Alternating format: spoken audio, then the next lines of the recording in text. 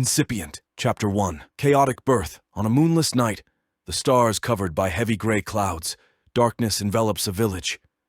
In the black of night, a spark emerges that turns into an ember and outshoots a flame. The fire grows taller and begins to breathe. With every breath, it grows greater and stronger. It starts to engulf the surroundings. The ground begins to scorch as the trees are consumed. Red flames decorating the trees like a live ruby vine, creeping higher and higher towards the sky, withering away the leaves, turning the bark into ash, creating a vibrant, radiating heat from within the tree as finally the tree erupts into a magnificent fire, spreading embers like seeds as the wind carries the sparks, setting everything ablaze. The village is gone, and the hospital is burned to the ground. A battalion reaches the village in flurry, riding on their horse with top speed, scurrying to the burning village with the utmost urgency. They arrive to the screams of terror as huts and homes are being burned down, people running in panic as their clothes and bodies melt away. The horses are pulling back in fear. The heat is causing the soldiers to sweat. The horses refuse to go further. The soldiers get down, walking past the peasants reaching out for relief. One grabs the battalion leader's armor, and the hand is shrugged off. "Filth," he said. They head to the epicenter, the Rizet hospital. A chaotic birth. Moments before the battalion arrived, a child was born. It drew its first breath with such intensity, the resulting exhale birth, ferocious fire from his mouth. It burned the birthing room and hospital. The fire was so large the king sent his men to investigate. They arrived to see a burned building, multiple bodies, and a charred ignition source. Nothing at its center. Did it burn itself out completely? In reality, the child's body was catapulted into the woods by the force of his breath away from the hospital. His body is harmed by the very flame he let out. His skin is mangled and twisted. It is red and pink and scarred. The body is stiff, as his bones have melted and joined internally. Pain in body has forced the whites of his eyes, which he has yet to open, to become red. Life is about to escape him. He takes one last breath to depart this world he lived in for a moment.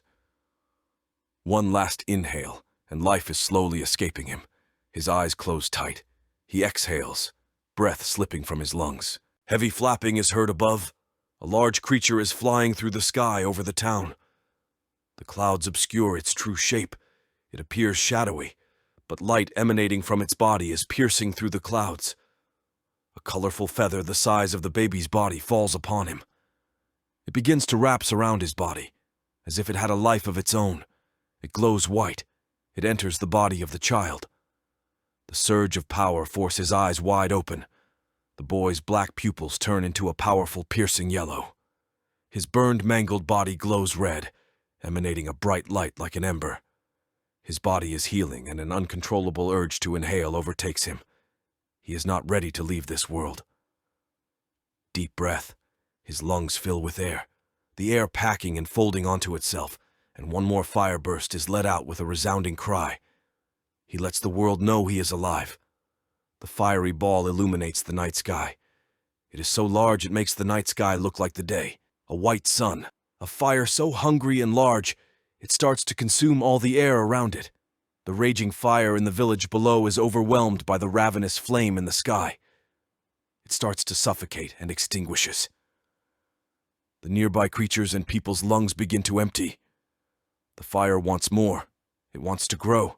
Everyone below begins grasping their throats. Eyes becoming bloodshot, ears beginning to pop. Animals screaming and crying in pain. Everyone and everything collapses just as another sun manifests in the sky, one that is distant from the town but closer to the child.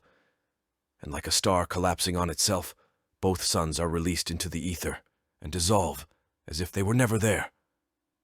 A crippled, burned, red child in the middle of a forest, surrounded by white ash and scorched earth. A spark of life is reignited. An incipient flame grows from within. The child inhales. Life still fills his lungs, and he exhales a birth cry and summons a small flame. He is reborn. Fire is life. Life is fire.